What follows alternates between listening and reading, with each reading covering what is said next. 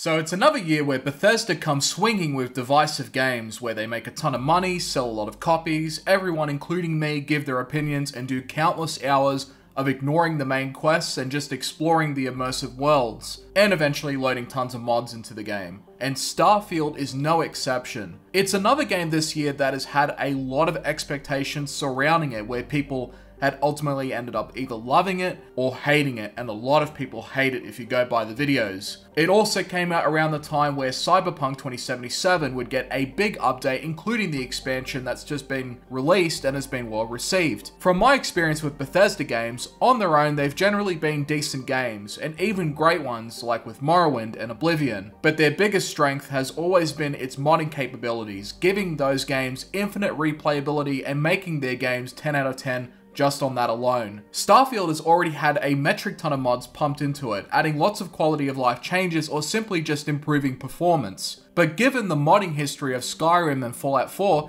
it's only a matter of time until we see Starfield come out with some heavy hitters within the modding community. But I'm not here to talk about the game overall, but rather a specific element of it that not only gives it its own identity, but one that could potentially spawn a new subset of sci-fi games or stories that invoke the feelings of retro futurism. I'm talking about the new term NASApunk. During the development of Starfield, the team had done a lot of research within the history of the space race, as well as the history and architecture of NASA itself. Everything from their spacecraft to the spacesuits' interior design, technology, station architecture, even to the habits and daily life that would be seen on board the vessels during the early days of space travel. It was one of the most exciting prospects in human history, finally reaching for a goal that seemed impossible for so long, only to realize that we had really only just gotten started. The vastness of space is so large that the travel between Earth and the Moon was like moving a fraction in the effort to take a single step.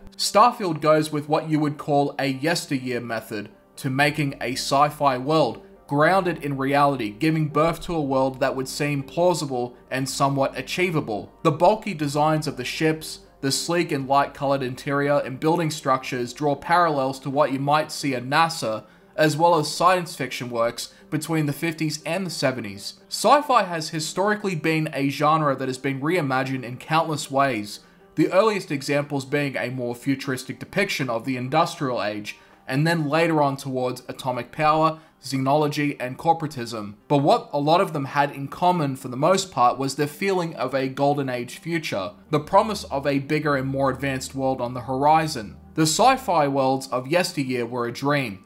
Space organizations like NASA are the dreamers trying to make living in the stars true, and Starfield, well, it's the dream of living in the stars come true. Wherever you look in the game, you'll begin to notice a few things. For starters, there are lots of tactile buttons throughout the game, whether it's knobs or dials or just key buttons. There aren't really any holograms in this game at all, and that's because the game itself is reflective of early NASA technology and science fiction, where people within those universes would interact with, like I said, buttons or dials or knobs or levers. Basically a more analog universe.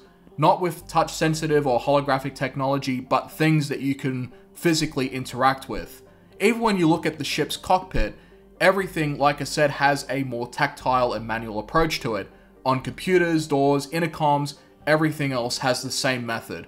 It's a glorified depiction of a retro-futuristic setting come to life in the guise of a game. Now, the term NASApunk was coined by the art director Istvan Pelli, using this term NASApunk to help identify the goal that he and the team wanted to reach with Starfield's universe. They didn't just want to make another sci-fi world like you would see today, but instead go back into the past and bring back an older but more hopeful feeling. The team went for plausibility with this game, to give the idea that a world like this could be possible. You look at the more recent designs of NASA's spacecraft and stations and even spacesuits or just interior structure, the sleek and stylish allure of other franchises like say Mass Effect or Halo or even Star Wars is sacrificed for the sake of a more realistic design. You look at the science fiction works like Zealey by Stephen Baxter or the culture novels by Ian Banks.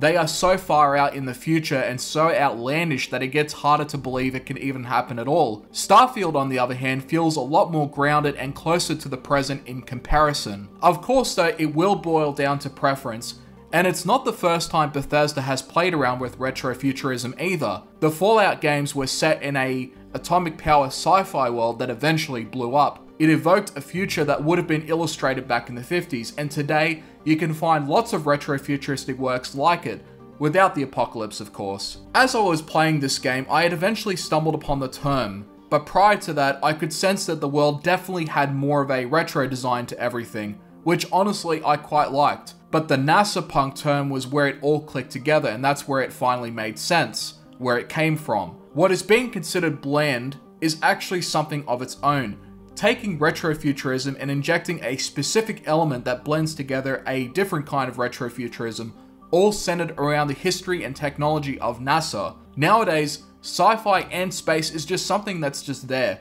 It's still amazing and there's still lots to discover, and things like Space Engine gives you limitless opportunities to explore the entire universe, or at least what's known in the universe. But back in the early days of sci-fi, there was a greater sense of awe and wonder, but it felt more unknown then and now. Starfield to an extent tries to do this, with mixed results I might add, in the presentation of its designs in the ships, the spacesuits, the interior designs, the buildings, constructs, even down to just the variety of different objects and weapons that you can interact with. It's one of the game's biggest strengths so far, even on top of the number of problems that the game has, as well as a lot of the backlash that it's currently facing. But part of understanding game development and games in general is also to try and identify the things that were done right, and how they can be the start of something new in the future. The NASApunk aesthetic is honestly refreshing compared to the myriad of cyberpunk or high fantasy sci-fi stories that we already have. And while it's a term in its infant phase, it could be, like I said, the start of something new. But time will tell on that note. Some genres or sci-fi settings can often go underappreciated or just dismissed as bland and boring, which in reality it just boils down to one's preferences. The art director and Bethesda during its long development of this game had been brainstorming the idea of a NASA-centric approach to creating a grounded and realistic sci-fi setting, something that looks like it could happen in 100 years or over, and not create a universe that's like millions of years into the future, or something that's more or less a recreation of existing sci-fi universes like say Star Trek or Star Wars, with aliens that speak English or some random gibberish language. People that prefer more realistic sci-fi settings may like what Starfield has tried to do here, but whether they end up liking the game itself or not is up to them.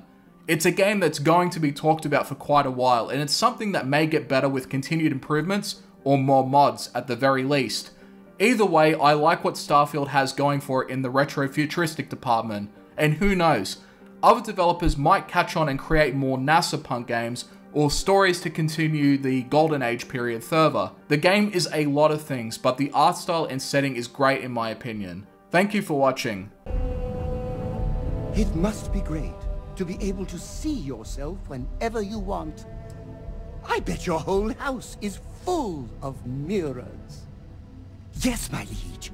Whatever you want to know.